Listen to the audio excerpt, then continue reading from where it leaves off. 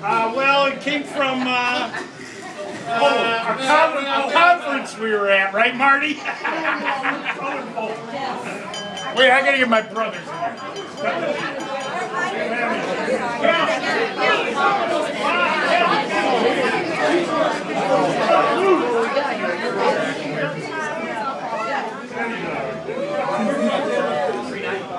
All right, I gotta tell a story.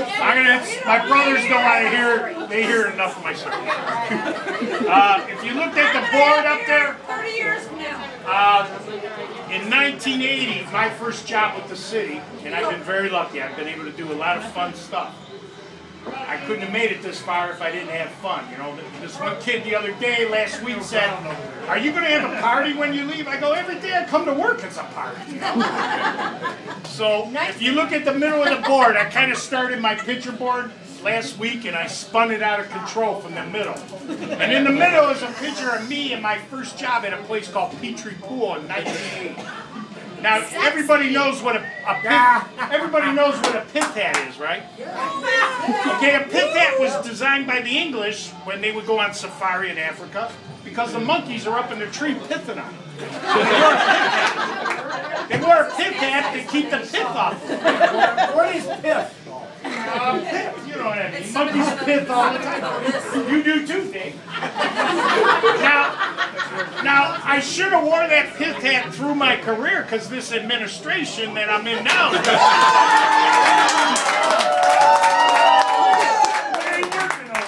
It wouldn't fit, but not anymore. It wouldn't fit. And neither would his shorts. So I sent this picture to my sister who gave it to my mother and she goes, "Eddie, you look a little gay there. This is the before picture. Where's the after one?" So now I got to go out and buy a pith hat and get that shorts. And if you look at them shorts, and Bob, I'm not happy to see you. That's a roll of quarters. That's when you had a roll of quarters.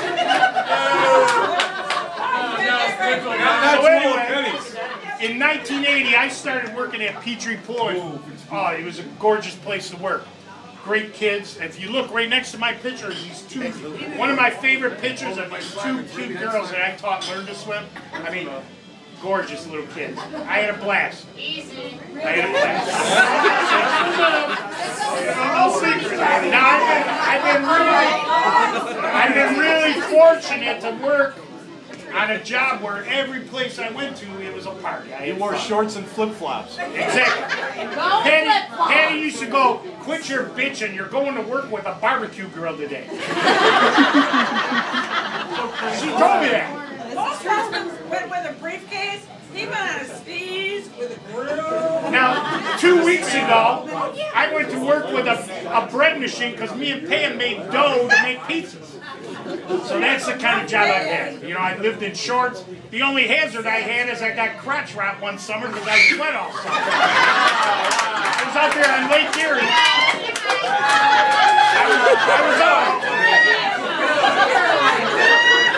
I was out on Lake Erie and I was wet 8 hours a day, you know, swimming, pulling kids out of the water with sailboats. Now, I've had a lot of great people I worked with, and to tell you the truth, all my supervisors from my first manager have been females. Jean Vanna, then Carol Maines, but my craziest supervisor of all was Mary Curtis. She drive me crazy.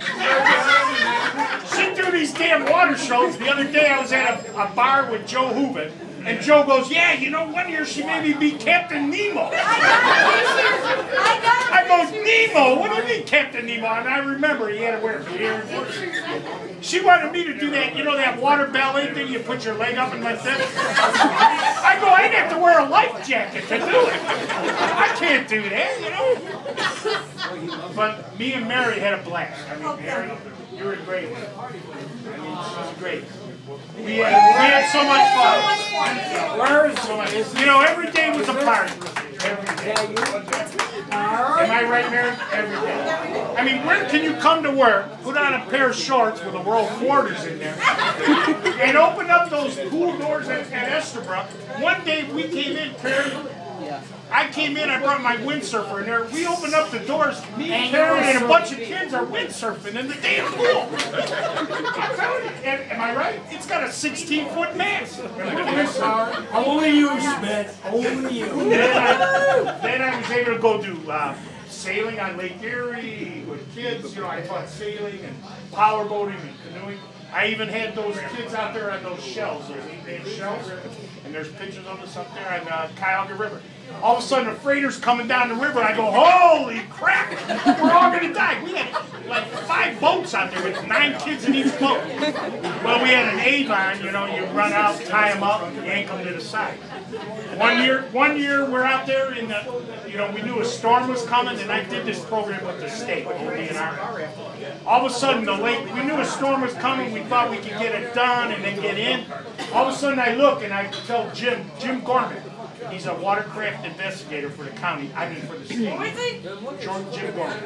He's the one who investigated when them boats would hit something called the Erie Deary. You ever hear that Loch Ness Monster on Lake Erie? He's the investigator. So anyway, he goes, Ed, we got to get these kids in. We got like 12 boats with kids in them out there sailing. So we go out, we downrig. We told the kids, you know, if something comes up, we trained them how to do it. You downrig your sailboats. We get the Avon, we tie lines up to everywhere, and then, because if you're on Lake Erie and you get hit by lightning in a sailboat, especially those boats that are not grounded, you will be returned to the elements you were once composed of. Okay? You will be returned to those elements. So I had a blast, you know, I had a blast. Now, Mark Shylock, where's Mark? Mark, tell the story, the first day I met you. Tell the story, you gotta tell it to everybody. I got hired by Carol Mays.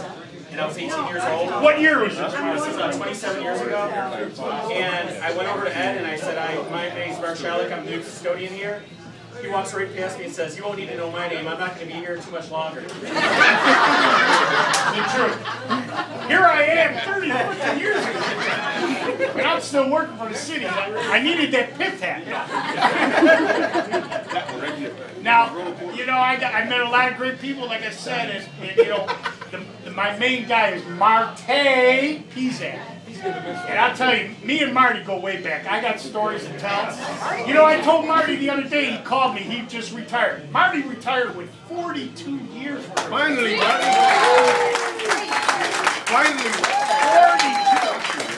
And I told Marty, I go, how the hell did you do it without a pith hat? How the hell did you do it? He's been getting pithed down for a long time. And Marty speaks his mind. And in government, you can't speak your mind, but it didn't stop Marty. I'll tell you some stories about him, but maybe we better hold up. Let me tell you one story. Now, Marty, everybody knows Marty in the state of Ohio, because he's a big member of the OPRA, which is the Ohio Parks and Recreation. So we're at a conference. You know, Marty kept going, Ed, you got to get into Parks and Recreation. I go, Marty, I'm just a low-life center manager. I don't want to do that. He goes, Ed, you got to sign up. So I went to some conferences. We're in Columbus at a conference, and everybody knows Marty. Well, it's not Marty, it's Marte. So Marty's at this conference. We're at a social, you know. They have conferences, and then at night they have a dinner and a little social where everybody gets together. Marty, you know, the social's in at like 8, 9 o'clock, so everybody can go back to bed and get ready for the next conference meeting in the morning in the classes. Well, Marty gets these, a good majority of the conference people to go over to a bar across the street. We're at the Columbus Convention Center.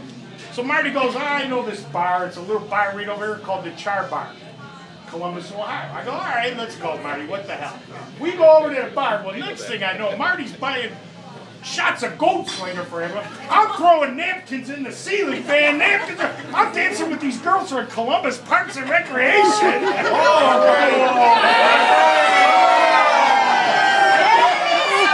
And everybody's going, Marte! Marty, if I'm lying, I'm dying, right, Marty? No.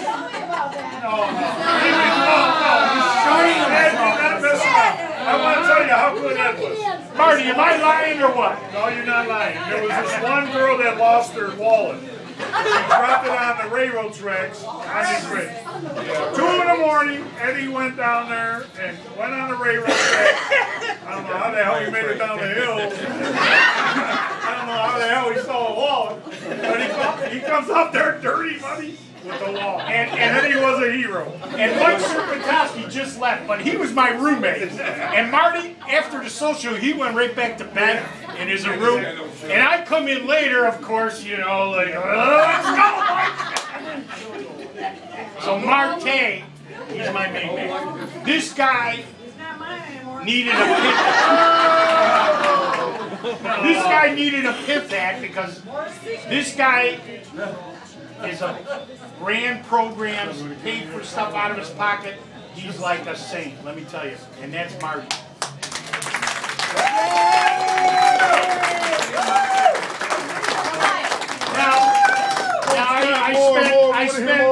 I spent like what? 95. I left Estabrook, and you know what? I wouldn't be here today if it wasn't for Pam, because Pam chose me. Pam was the arts manager. I interviewed for a job. I said, you know, I did the rec thing for whatever, 90 years or whatever it was. So I came and I interviewed with Pam, and you know, there was a bunch of people interviewing for the job. So Pam said, Ed, you got the job. You know, you're going to get it. Why? And to this day, every day I would thank Pam. I go, Pam, I got to thank you for choosing me. I would have never stayed in the city doing it. I've been fortunate to go where I wanted to go to do the things I like to do. If they told me tomorrow I had to go to gunning or whatever, I would have said, no thanks, but thank you for asking. You know, and I left. But Pam chose me, and every day I thank her. And I thank her for choosing me. And then a weird state of things happened. She became my employee. Now she put up with me for 18 years, and I don't know how. God bless you, Pam. But I got to thank her for doing that. Now it's my turn. Oh! My only regrets is that I'm leaving Pam there at that building. And I'm leaving that building in the worst shape it's ever been. I'm leaving that building worse than when I got there, and really in bad shape. I'm going to tell you a story. I think they closed at 2:30. January 2nd, I got back to work. Don't retire the holiday. Don't retire. January 2nd, after the holiday, I got back to work. Now, I get to work, and I got a problem. You know, every place I go, I got to go to the bathroom. Yeah, more than one. So I left my house, and I only live like a half a block away. So I had to go to the bathroom by the time I got to work. So I'm running to get in work. I'm like, oh man, I gotta go. I get in the bathroom, I undo my pants, I go like this.